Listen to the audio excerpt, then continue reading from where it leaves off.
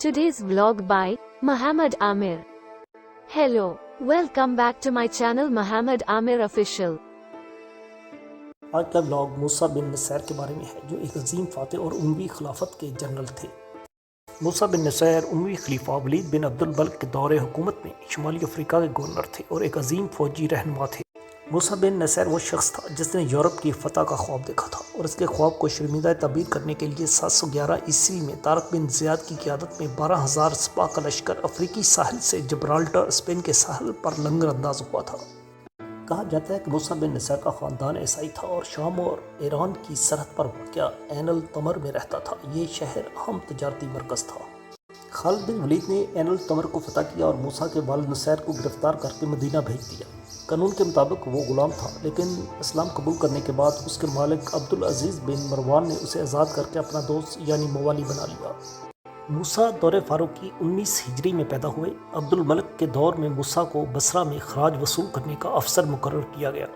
خلیفہ عبدالعزیز موسیٰ کی دیانتداری اور ذہانت سے واقف تھے اور جانتے تھے کہ انہیں بڑے کام سونپے جا سکتے ہیں، اس لیے انہیں افریقہ کے گورنر کا عہدہ دیا گیا۔ Conquest of Europe.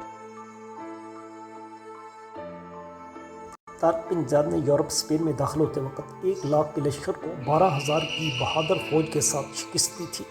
دوسری طرف موسیٰ کے سپاہی بھی اپنی بہادری کے جوہر دکھانے کے لیے نئے میدان کی تلاش میں تھے۔ موسیٰ کا جذبہ بھی بلند تھا۔ اس کی بڑی خواہش تھی کہ فتوحات کو اس حد تک وسعت دی جائے کہ وہ اندلس سے قسطنطنیہ کے راستے شام میں داخل ہو جائے اور ان تمام علاقوں کو دولت اسلامیہ میں شامل کر لیا جائے۔ اس طرح وہ اندلس کے عیسائیوں کے لیے آسان حالات پیدا کر کے انہیں اسلامی خلافت میں لے آئے اور ان کے علاقوں میں امن و امان قائم کر کے وہاں کے باشندوں کو عدل و انصاف کی نعمت سے نوازے۔ اندلس کو دمشق سے زمینی راستے کے ذریعے ملانے کی اس تجویز کو عملی جامہ پہنانے کے لیے خلیفہ الولید کی منظوری ضروری تھی، چنانچہ اس نے یہ تجویز دمشق کو بھیجی اور جواب کا انتظار کیا۔ اس دوران فتوحات کا سلسلہ جاری رہا۔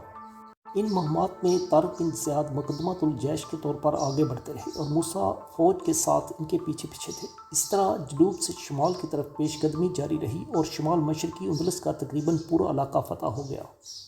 The end of Musa bin Nasir.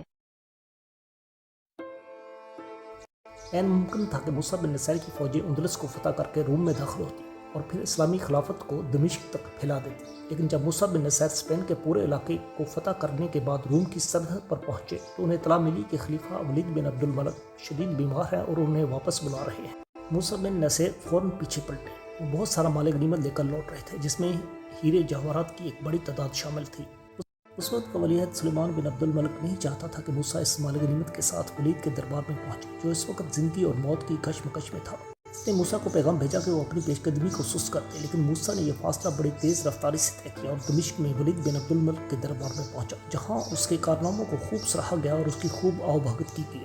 سلیمان بن عبد الملک موسیٰ کے اس عمل سے بہت ناخوش ہوا۔ جلد ہی ولید بن عبد الملک کا انتقال ہو گیا اور سلیمان بن عبد الملک خلیفہ بن گیا۔ سلمان موسیٰ سے اس قدر ناراض ہوا کہ اس نے موسیٰ کو تمام اعزازات اور عہدوں سے بالکل محروم کر دیا، ان کی تمام جائیداد ضبط کر لی اور انہیں قید میں ڈال دیا۔